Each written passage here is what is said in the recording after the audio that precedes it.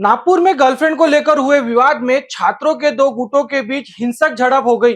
यह घटना यशोधरा नगर थाना क्षेत्र में सामने आई, जिसमें 3 छात्र घायल हो गए।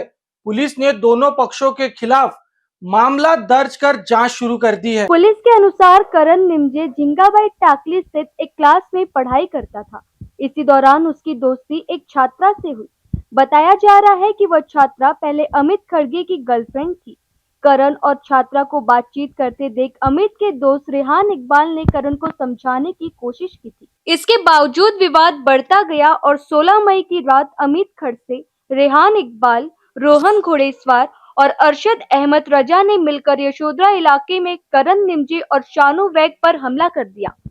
हमले में 3 छात्र घायल हो गए, जिन्हें उपचार के लिए अस्पताल में भर्ती कराया गया। घटना के बाद इलाके में कुछ समय के लिए तनाव का माहौल बन गया।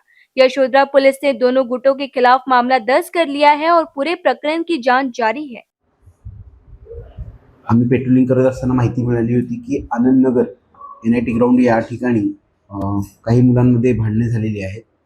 त्या माहितीच्या आधारे माहिती घेत असताना अशी माहिती समोर आली की राणी दुर्गावती चौक येथे राहणारा इसम करण निमजे व त्याचाच मित्र अमित खडसे याचे त्याच्या मैत्रिणीच्या इन्स्टा ID वरून हाय मेसेज पाठवल्यावरून त्यांच्यामध्ये वाद झालेला होता। अमित खडसे हा राहणारा जरीपटका पोलीस ठाण्याच्या हद्दीतील असून सदर जो वाद झाला होता तो वाद मिटवण्यासाठी ते 16 मे रोजी आनंदनगर NIT ग्राउंड या ठिकाणी भेटण्यासाठी अमित खडसेला बोलावलं होतं। अमित खडसे हा त्याच्या इतर अन्य 3 मित्रासह सदर ठिकाणी आला होता। त्यावेळी करण निमजे व त्याचे इतर मित्र सदर ठिकाणी होते। सदर ठिकाणी त्यांचा वाद मिटण्याऐवजी त्यांच्यात आणखीन भांडणे होऊन दोन्ही गटातील आरोपींनी एकमेकांना मारहाण केली होती। त्यामध्ये रेहान शेख व अमित खडसे हे जखमी झाले होते।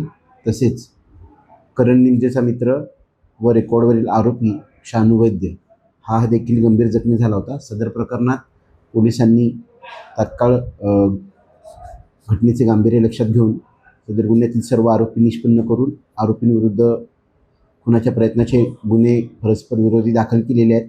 सदर प्रकरणात सर्व आरोपी अटक केलेले आहेत।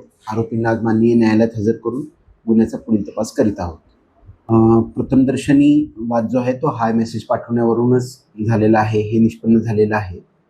आणखीन तपास आम्ही करत आहोत। यामध्ये परस्पर विरोधी 2 गुन्हे दाखल झालेले असून एका प्रकरणात 4 व एका प्रकरणात 7 अशी 11 आरोपी अटक करण्यात आलेले आहेत। त्यामध्ये जर आणखीन आरोपी निष्पन्न झाले तरी त्याबाबत तपास करत आहोत।